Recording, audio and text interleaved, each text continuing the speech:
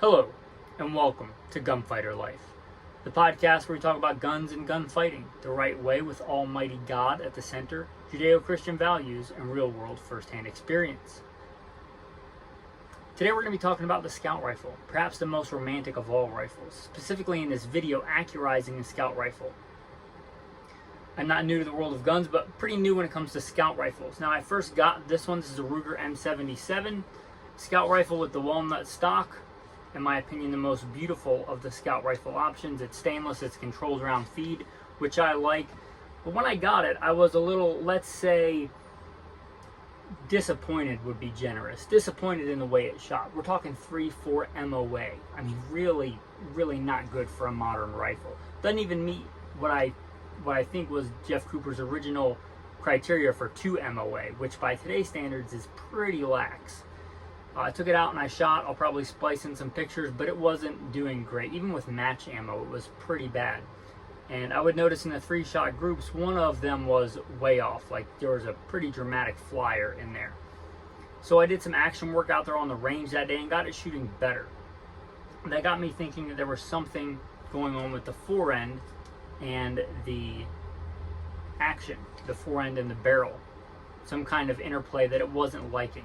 So I took it apart, I did the steps to bed it properly. I'll probably splice that in, but I hogged out the channel with the Dremel, made sure it didn't make any contact with the barrel.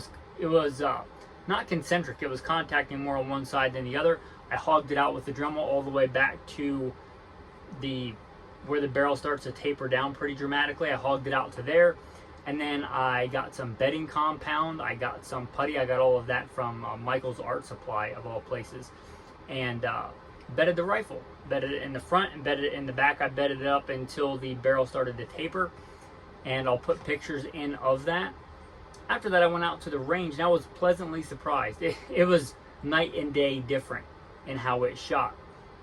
I shot it with one of my standard loads, which is not a match ammo, but it's a good all-around 308 load I've been using for years, and that is the Federal 150 grain high shock. It's a good terminal performer, it's good, it's affordable, it's a Walmart load, meaning you can find it at Walmart, right? It's a good load, it's not overly expensive, it's not much more than FMJ. It's a good all-around load, and it shot it really well. I'll put in some pictures. Keep in mind, I was setting it in at 50. Also keep in mind, I was shooting a 2-power scope. This is a 2-power Burris. It's a scout scope. I know there are variable power, higher power scout scopes, but I think per Jeff Cooper's original specifications, it was a fixed 2 or 3 power scope. This is a fixed 2-power scope. So keep in mind, it's not a bench rifle. It was not designed to be a bench rest rifle. But I think I got it shooting under an MOA, which is pretty commendable. Keep in mind the groups that I'm posting are at 50 yards, but you just extrapolate that out and double it. I also shot it with a load that it liked, which is Federal Premium Tactical Bonded. This is like a higher end load, a bonded load, designed for tactical stuff, but would work fine for a hunting context as well, and I'll put in pictures of that load as well. Also, keep in mind I was shooting off a pretty simple rubber rest off the back of a tailgate, sitting Indian style. I'll also put in a group that I shot with the iron sights that I was pretty happy with. But if you have one of these Ruger Scout rifles and you're not real happy with the accuracy, probably I mean, I had the Dremel and I had some of the tools, I had files, but for $20, I got it shooting from 3 to 4 MOA to what I would consider under an MOA. And again, that wasn't like a nice fancy bench with a nice vise. We're talking about me with just the front rested on a piece of rubber on the back of a tailgate, sitting Indian style. So much happier. Also, it's turned out to be quite the omnivore, which I really like in any rifle. Not only did it shoot one load well, it shot many loads well. I also shot some American Eagle FMJ just for fun, and I shot some Hornady whitetail ammo, which I'll probably put in pictures of. But it seemed to be an omnivore. It seemed to shoot pretty well after bedding with all those loads. So if you have one of these and you're having issues with the accuracy, it's just not what you would like or not what you were expecting. I do really like the Ruger. I do really like the M77. I prefer the controlled round feed. I really like stainless steel for hard hunting, for hard use. So all in all, I'm pretty happy with it after I bedded it. I was not really happy with the accuracy before that. But anyway, with that, that's just some thoughts on accurizing your M77 Again, I'll put in some pictures of the actual bedding process, what it looked like before and after, and maybe some pictures of the scout rifle with and without the scope. Also, I mounted it with a Rhodesian sling.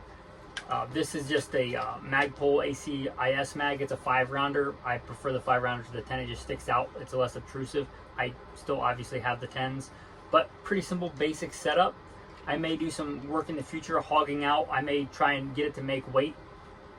You know, I'm not going to make it run around a ring like we did in wrestling with a trash bag on or something, but I'm probably going to take a drill, maybe if I get a chance, if I decide I want to actually run this rifle, and hog out the stock to make it a little bit lighter, maybe put some survival supplies in there. Maybe I'll do that in the future. Anyway, if you like this content, you may like the long form stuff on gunfighter life. Anyway, with that, the ultimate accessory to any scout rifle. Hamilton, come on. Good boy.